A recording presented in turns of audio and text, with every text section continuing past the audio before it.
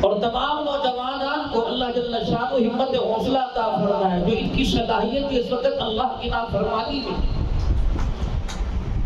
اور جو اپنے وقت کو بیکار گزار رہے ہیں، اللہ دین کے کسی نہ کسی شعبے میں ان کے وقت کو قیمتی بنا دے۔ دیکھو ہر وقت جہاں میں موقع ملتا ہے نوجوانوں کی مذمت ہی کرتے ہیں۔ اگر ماں کے ہفتے چڑھ جائے تو بچہ وہاں مذمت، قابل مذمت، باپ کے ہفتے چڑھ جائے تو قابل مذمت، اگر بڑے بھائی کے سامنے آ جائے پھر وہاں مذمت شروع ہو رہی، اور اگر اپنے استاد کے پاس چلا جائے وہ کلاس کے اندر کھڑا کر کے سارے کلاس کے سامنے اس کی تذلیل کر رہا ہے۔ ٹھیک ہے وہ اس کا نظریہ اس کی جو ہے وہ بہترین تربیت کا ہے، اب یہ سارے کام جو ہے وہ نقصان کر رہا ہے۔ جب اسے اتنی جگہ سے لان تان ملے گی، اتنی جگہ سے مایوسی ملے گی، پھر بتائیں وہ اپنی زندگی کی صلاحیتوں کو کہاں پوری کر رہا ہے۔ گھر کے اندر سونے لگا تو ماں نے کہا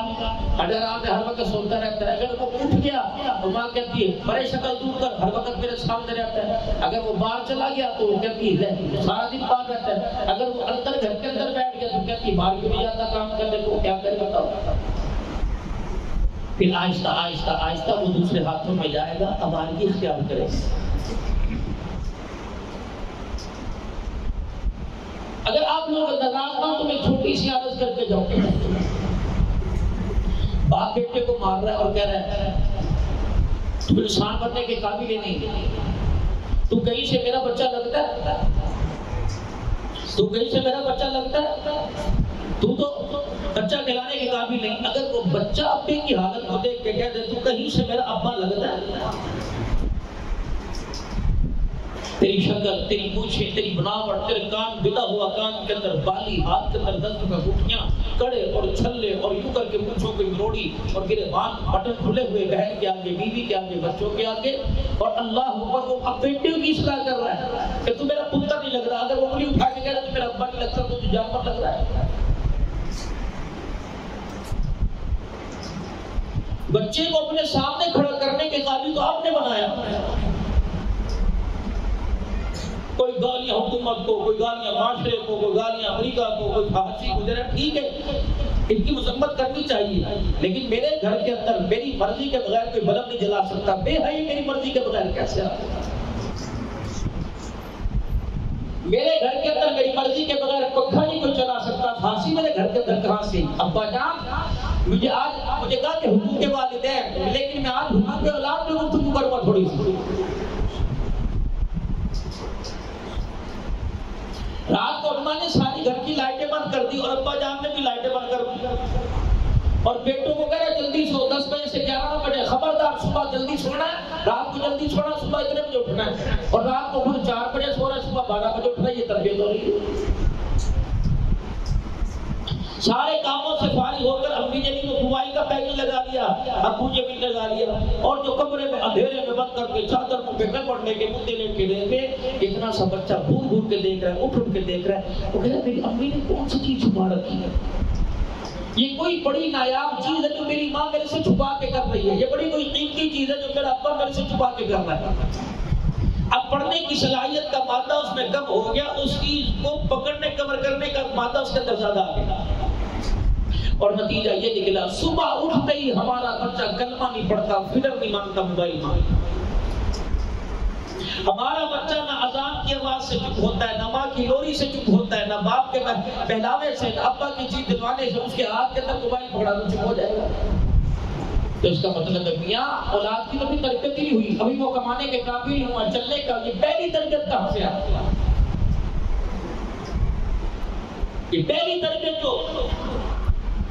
سب سے پہلا اسکول ماں کی گود، سب سے پہلا ٹیچر اس گود کا باپ ہے۔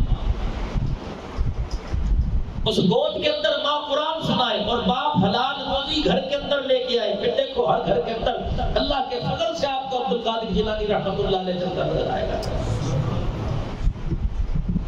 جب یہی اپنے بچے کو 2 بجے اٹھنے کا درس دے رہے ہیں، 12 بجے گھر کے اندر ناشتہ ہو رہا ہے، اور رات کو یہی نہیں پتا اللہ اکبر، مغرب کے وقت پرندوں کو، کبوتروں کو، طوطوں کو، گڈیروں کو، سب کو مغرب کے وقت بند کر رہا ہے، بیبی کے کتے کو بھی دروازے کے کر رہا ہے، لیکن اولاد جو سب سے قیمتی ہے اسے 4 بجے تک چھوڑ کے بیٹھو، اسے پتہ ہی کوئی نہیں کہا جا رہا۔ صبح صبح جانوروں کا احساس ہے، طوطے کو پانی ڈالنا ہے، چڑیا کو پانی ڈالنا ہے، سارے کام کرنے ہیں، لیکن یہ احساس نہیں کہ جس اللہ نے مجھے رات اے سی والے کمرے میں سلایا، میں نے صبح اٹھ کر سجدہ کر کے اس کا شکر بھی ادا کرنا ہے۔ صبح آپ فجر کے وقت اٹھ کے دیکھ لیں، مسجد کی نماز کے اندر جماعت میں ایک صف نظر آئے گی اور پارک میں آپ کو 4 ہزار آدمی نظر آئے گا، اور نوجوان نے معذرت کے ساتھ وہ آدمی جو لاٹھی کے سہارے بھی نہیں چل سکتا، اس کی اولاد اسے پکڑ کر، اس کی بیوی اس کا ہاتھ پکڑ کے چلا رہی ہے۔ میں نے پوچھا بزرگوں اتنا جلدی کیوں اٹھ گئے، کیا گھر کے اندر کوئی شادی بیاہ ہو گئی؟ کہنے لگے نہیں، ڈاکٹر صاحب کے پاس چیک کرانے کے لیے گیا تھا، انہوں نے کہا شوگر تیز ہے اور دوائی سے زیادہ آپ نے سیر کرنی ہے، سیر پہ توجہ ڈالیں، صبح کی واک۔ میں نے کہا اللہ اکبر، میں نے کہا آپ صبح کی واک کر رہے ہو، آپ سے بستر سے اٹھا نہیں جاتا، آپ بغیر سہارے چل نہیں سکتے،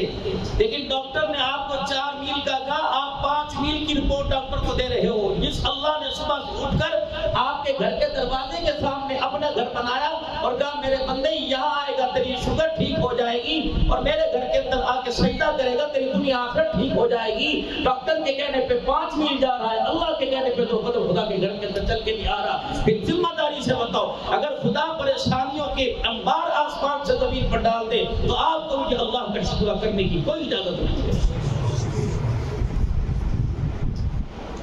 اگر تمہارا بچہ تمہارے سامنے کھڑا ہو کے کہتا ہے ابو جی تسی میرے کو بولنا ہی نہ، اپنی نقل پڑھ ساڈے پیو نے ساڈے لیے کیتا کی، جب اتنا کرنے کے باوجود بیٹا کہتا ہے میں تجھے بولنے کی اجازت نہیں دوں گا، سب کچھ رب کر رہا ہے، اتنا سا قطرہ تھا، اتنا خوبصورت بنا دیا، اتنی نعمتیں اتنی دولت دے دی، اتنا پانی، کتنا اللہ کا آج پانی پیا، کتنی اللہ کی آج آکسیجن دی، کتنی ہواؤں سے فائدہ لیا، اگر وہ کہہ دے کہ خبردار تجھے میرے سامنے بات کرنے کے قابل ہی نہیں، اور قیامت کے دن کہہ دے گا اخسئوا فیہا ولا تکلمون، اس کے منہ کے اندر جہنم کی آگ ڈال دو، آج مجھے اس کا رونا ہی پسند نہیں آ رہا، بتاؤ پھر ہم کیا کریں گے؟